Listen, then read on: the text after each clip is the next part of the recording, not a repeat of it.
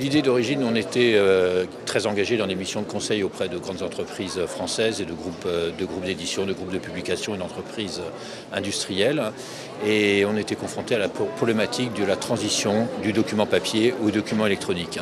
Or, tous les outils à l'époque pour gérer les documents étaient orientés gestion de documents de papier. Notre idée, c'était qu'il fallait passer à un nouvel paradigme qui était la gestion du contenu sous forme électronique, le document électronique devenant une enveloppe contenant ce document, cette information électronique.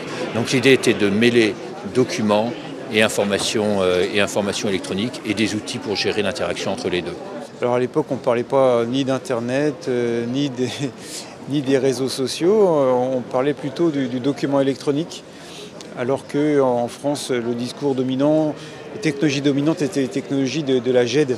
Il nous a semblé, étant en contact avec les startups françaises et américaines, qu'il y avait une nouvelle vague de technologies qui était en train d'émerger à base de gestion du document électronique, puisque la source du document devenait électronique. Fort de cette vision-là, on a créé un premier événement, qui n'était pas d'ailleurs un salon, qui était une conférence. Notre entourage, nos relations professionnelles à l'époque nous disaient « mais cette idée est complètement folle, ça ne marchera jamais ». Nous on était un petit peu innocents et un petit peu naïfs, donc on a essayé. Et dès la première année, alors qu'on s'attendait à ce qu'il y ait peut-être une centaine de participants, il y a eu d'un seul coup 280 personnes et on était obligé de refuser du monde parce que les salles qu'on avait prévues étaient trop limitées. Il y a beaucoup de sociétés qu'on retrouve, il y en a pas loin de la moitié qui sont des nouveaux acteurs, qui probablement n'existaient pas il y a quelques années. Donc ça c'est un signe de dynamisme du marché, parce qu'il n'y a rien de pire que de revoir toujours les mêmes sans nouveauté. Donc bon, ça fait plaisir.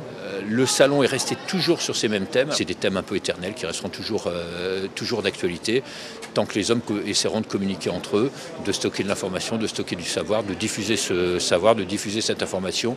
Le problème de la gestion de l'information, de la gestion du contenu restera toujours là, même si les instruments, les outils vont probablement évoluer. Peut-être même encore plus dans les années à venir qu'ils ont évolué dans les 10 dernières années. Aujourd'hui, on voit apparaître des réseaux sociaux d'entreprise qui ne sont en fait que la continuation sous des modes différents de la vague qui est apparue dans les années 2000, ce qu'on appelait le KM, le Knowledge Management, qui aujourd'hui est enterré, mais qui renaît par l'intermédiaire des réseaux sociaux. Les gens sont prêts à évoluer, mais encore faut-il les aider, les accompagner, s'assurer qu'on ne plaque pas brutalement une techno sur une structure parce que c'est la garantie de l'échec. Voilà, donc il y a cette composante, au-delà de la technologie, cette composante organisationnelle qui reste, à mon sens, éternelle. Tant que les gens travailleront avec des outils informatiques, il faudra une organisation, il faudra des structures, il faudra des méthodes. Bon, et de ce point de vue-là, le partage d'expérience est toujours enrichissant pour les entreprises et pour les participants.